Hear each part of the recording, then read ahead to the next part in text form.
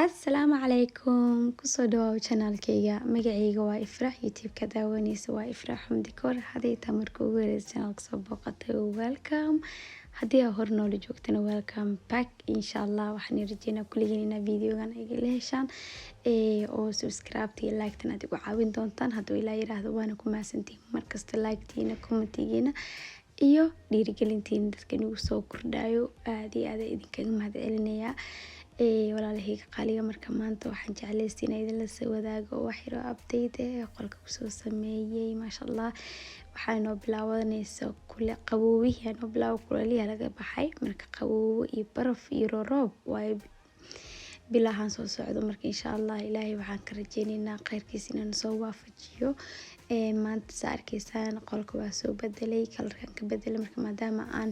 gurigiska habeynayay oo daahi ka bedelay oo go' sariirtii iyo adduunyada aan ka bedelay waxaan jeclaysiinaa idin la soo wadaago marka maasha Allah waan arkaysaan kalarkan waxa waaye kalar aad iyo aad igu baaseeya qolka marka insha Allah sa u habeeye hataa idin la soo wadaagi doonaa gabdha abaya isoo weydiiyeen qaabka uu sameeyo sariirta marka googlayo horta sariirta si la googlo qof walba uu yaqaana dabcan go' sariirta la saaro iyo bustaha laakiin waxa waaye inta badan gabdhaha ka caawinayo waxa waaye bustaha adhiina barkimaha sida loo soo saaro soo hadda barkimaha ii soo saarnaayeen waa aragteen dartiina u dajiye marka waxaan rajeyn doonaa inaa fahanteen insha Allah barkimaha hadda soo saarayo waxa waaye 60 lagu dhufto 60 waxa gada dukaanka IKEA laakiin waa iska dhaafi kartaa haddii aad haystid barkimo caadi oo waaweyn hadaa haysatid caadi waaye kuwaasna waa isticmaali kartaa kuwa ka hooseeya barkimaha hadda kuwan soo saarayo waxa waaye 50 lagu dhufto 50 iyo kuwa ugu dambeeyo oo gaduudka aan soo saari doono hadhowtiin waxa waaye 40 lagu dhiftay 40 waaye marka barkimaha intaas ka kooban yihiin saddexdaas qaybood waaye sariirtaadayna ku xiran tahay inta qayb wada isticmaalaysid waxa laga yaabaa sariir aad haysatid 160 lagu dhifto 200 aad haysatid laba xabo way ku filan tahay aan maleyn doona laakiin sariirta waxa waa 180 lagu dhifto 200 waa soo aad iyo aad u weyn tahay markaas arkaysaa saan dhaxda ugu jabiyaa galka ku jiro iyo maradaba waxaan ka soo gaday IKEA ka heli kartaan insha Allah soo hadda waan la simayaa marka hadda sida hadda ay kuwa kale sameeyay leeyahay soo sameeyna barkintan kala soo qaadana iyadana sida horteeda dhiga kadib labada xabo oo gaduudka waxaan dhigayaa saddexda xabo inta u dhaxaysa yani labada mid ku dhaxaysa midkan hadda aan wado gaduudka soo waa ka arkaysan hortiisa ma dhigayo inta waxaan dhigayaa dhaxda labada xabo inta u dhaxaysa markaas sameynaya labadoodaba hadda rabtid mid kale dhaxdhaxaad dhaxda waa sii geli kartaa oo waxa isticmaali kartaa 9 xabo soo anino laba xabo le hore ka dhigtay kadib hadda waxa soo dhigtay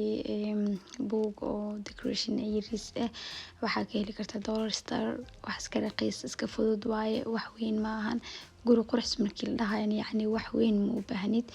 soo hadda waxaan sharaxay barkimaha meesha ka soo gaday iyo sidii ay yihiin iyo lambaradooda aan sharaxay soo laga hadda ayaan sheegay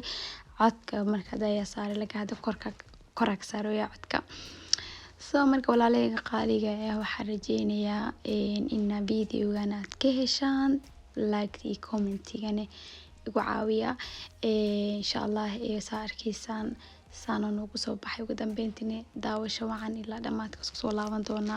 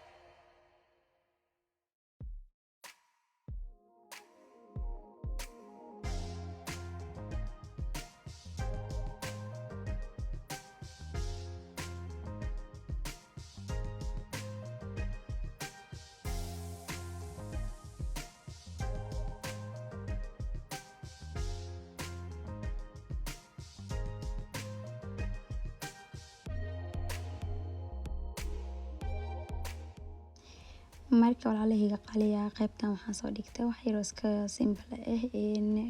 meesha miraayada ii saaran tahay ayaan xogaayo wax yar oo decoration ii saaray soo marka maraayada wax badan decoration hadan inta aan soo saaro waxay isla noqonaysaa meesha dhan wax badan soo waxaan waaye simple aan rabo inaan dhinacan aan soo saarto qaybtan dariishada waxa ii saaran shumacyadan waxa waaye shumacyada oo battery ku shaqeynayo waaye saa arkaysaa waxaa loo maleeyaa sidii inay u shaqeynayaan oo dab la shida camal laakiin ma ahan saa arkaysaa meeshaas fiil yariis ugu jirto battery oo qaataa battery la gelinaysaa kadibna wuu ku shaqeynayaa sidii shumacina ku daarayaan camal waxaana ka heli kartaan dukaankayskaha marka maasha Allah aad u qurux badan yahay saa u arkaysaan maahno maasha Allah ayuu kala badan oo kala noocyo ahna way hayaan hadana qiimo dhimis aad iyo aad u badan ayay hayaan soo waxaan rajeynayaa intaa meesha ka faa'iideen hadana waa kana soo qaaday oo nigtisanayaa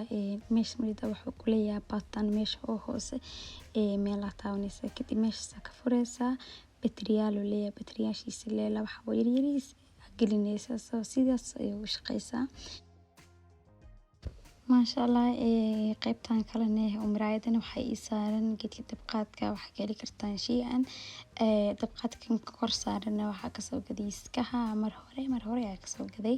geedkaas oo farantiga oo diamond kan waxa ka heli kartaan asigana shay'an marka maasha Allah walaalahayga wax kale marka waan ka walaalahayga waxaan rajeynayaa intaas isla fahanay insha Allah wixii su'aalo ayaa qabtiin aad comment kula soo wadaagi doontaan haduu aleedmo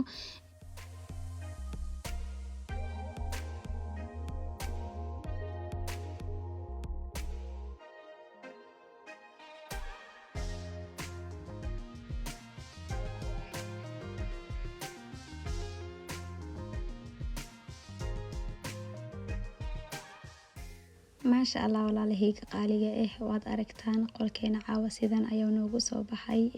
aad iyo aad aan uga helay kalarkan cadaanka iyo maasha Allah gaduudka aad iyo aad u qurux badan yahay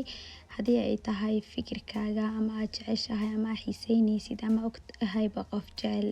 guryaha sida loo qurxiyo loo design gareeyo aad taqaanidba channelkeena waaye ku soo dhawaada insha Allah hadana maanta insha Allah ani waxa ahay hooyo hal cunug haysata soo ilaahay iyo barakeeyo ilaahay u joogaahe hadana aad iyo aad u jecelahay guriga qurxinta decorationka iyo maasha Allah motivationka in oo arko hooyooyin yaryar oo hadana maasha Allah gurigooda quruxsanayaan wax sameysanayaan nolosha meel fiican ka gaareen wallahi aad iyo aad ugu farxaa waxaan jeclahay mar walba in Soomaalida dhamaan gabdhaheena wiilasheena kulliba